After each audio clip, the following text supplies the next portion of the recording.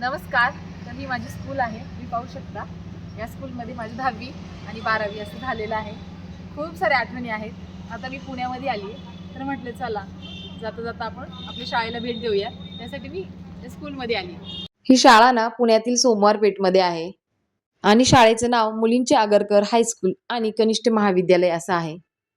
पुण्यामध्ये जाताना ना मी नेहमी माझ्या मिस्टरांना सांगत असते की ही माझी शाळा, ही माझी शाळा. खूप अभिमानाने सांगत असते. त्यानंतर मंडईमध्ये गेलो आणि शारदा गणपतीचं दर्शन घेतलं. माझ्यासोबत आई, भाऊ, भाऊजाई हे देखील आले होते. कारण बाळाला गणपती मंदिरामध्ये न्यायचं होतं. त्यानंतर मी आणि माझ्या मुलांनी दर्शन घेतलं आणि पुण्याची शान म्हणजे हे पेशवेकालीन ऐतिहासिक वाडे. थोडं पुढं आल्यानंतर ना इथे लग्नाला किंवा पूजेसाठी जेवढं साहित्य लागतं तेवढं अगदी इतके सुंदर मिळतं. डिझाईन केलेले नारळ, सुपारी, बाशिंग आणि शेजारीच बाबू गेनू गणपतीचं मंदिर आहे. सो तिथे गेलो आणि दर्शन घेतलं. खरंच खूप छान दर्शन झालं. पण मला गणेश उत्सवाची आठवण आली.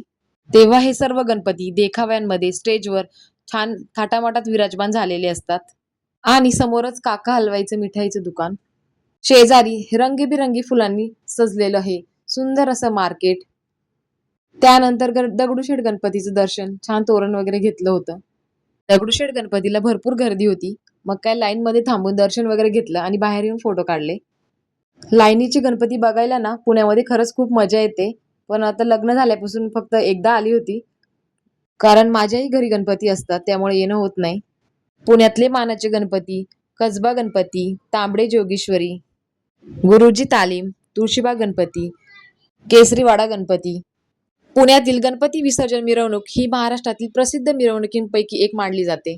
ढोल, ताशा, वेशभूषा, त्यानंतर पथके, लेझिम आणि गणपती बाप्पा मोरया या घोषणेने शहर अगदी दुमदुमून जातं.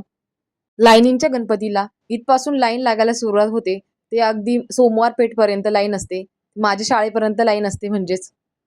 ही पुण्यातील ऐतिहासिक महात्मा फुले मंडई अतिशय जुनी आणि प्रसिद्ध अशी भाजी मंडई आहे. या मंडईमध्ये विविध प्रकारच्या भाज्या, फळे आणि स्थानिक बाजारपेठेची गजबज अनुभवताना पुण्याचा वारसा आणि संस्कृती अगदी जवळून अनुभवायला मिळते.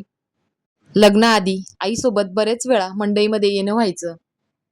गणपती, दिवाळी, दसरा अशा सर्व सणांसाठी आम्ही तुळशीबाग या सर्वांसाठी सिटीमध्ये येणं व्हायचं. खूप सुंदर अशा आठवणी आहेत. आणि जवळच इथे राहायला असल्यामुळे बरेच वेळा 10 मिनिटात पुण्यात येणं जाणं नेहमी चालू असायचं. त्यामुळे खूप साऱ्या आठवणी आहेत इथल्या. त्यानंतर पुण्याची शान म्हणजेच तुळशीबाग. माझं लग्न झाल्यानंतर मी मुंबईमध्ये राहते, पण दिवाळीमध्ये आणि मे महिन्यामध्ये मी शॉपिंगसाठी तुळशीबागेतच येते आणि भरपूर अशी शॉपिंग करून जाते. त्यानंतर तुळशीबागेतल्या गणपतीचं दर्शन घेतलं आणि मला थोडीफार शॉपिंग करायची होती ती पण करून घेतली. खरंच सांगते तुळशीबागेत येण्याचा एक वेगळाच आनंद असतो. त्यानंतर बाहेर असे हे सुंदर असे गजरे आणि नेहमीप्रमाणे गजबजलेली अशी तुळशीबाग होती. आणि पुण्यातील महिलांची विशेष पसंती असलेलं मूळचंद मिल, हे पेशवे गणेश मंदिर आहे. हे शनिवारवाड्याच्या तिथेच आहे. शनिवारवाडा हा ऐतिहासिक पेशवेकालीन वाडा आहे हे तर सर्वांनाच माहीत आहे. पुण्याची संस्कृती जपणारा असा हा ऐतिहासिक वाडा आहे. हे वाडे म्हणजे पेशवेकालीन वास्तुकलेचा अनमोल ठेवाच आहे. दगड, विटा आणि मजबूत सागवानी लाकडाचा वापर करून हे वाडे बांधले गेले होते. शनिवार वाडा हा पेशव्यांच्या सामर्थ्याचा आणि वैभवाचा साक्षीदार आहे. वाड्यामधील मोठे खांब, दरवाजे, प्रशस्त असं अंगणे आणि कोरीव काम म्हणूनच पुण्याला ऐतिहासिक संस्कृती जपणारे शहर असे म्हटले जाते. समोरच ABC म्हणजेच आप्पा वळवंत चौक आहे. भावाने मला काही पुस्तकं आणायला सांगितले होते, त्यामुळे मी ABC मध्ये गेले. त्याने मला ही 2 पुस्तकं आणायला सांगितले होते, ते मी घेतले. आप्पा बळवंत चौक हे पुस्तक प्रेमींसाठी हे ठिकाण म्हणजे एक खजिनाच आहे. येथे शालेय, महाविद्यालयीन, स्पर्धा परीक्षेची पुस्तकं, त्यानंतर कथा, कादंबऱ्या, साहित्य अशी सर्व प्रकारची पुस्तकं इथे मिळतात. पुणे हे शिक्षणाचे माहेरघर म्हणून ओळखले जाते आणि त्या ओळखीमध्ये आप्पा वळवंत चौक सर्वात मोठा वाटा आहे. त्यामुळे तुम्ही पुण्यात आले तर आप्पा वळवंतला नक्की भेट द्या. आणि तिथेच ज्ञानदीप अकॅडमी आहे पुण्यातली. तर खूप छान आठवणी आहेत. तर मी नंतर कधीतरी पुन्हा शेअर करेन. छान पुण्यातले रस्ते फिरत. पुण्यातील रविवार पेठ हे पारंपरिक व्यापारासाठी प्रसिद्ध आहे. इथे पितळ, तांबे आणि पूजेच्या दुकानांची भरपूर जुनी दुकानं आहेत.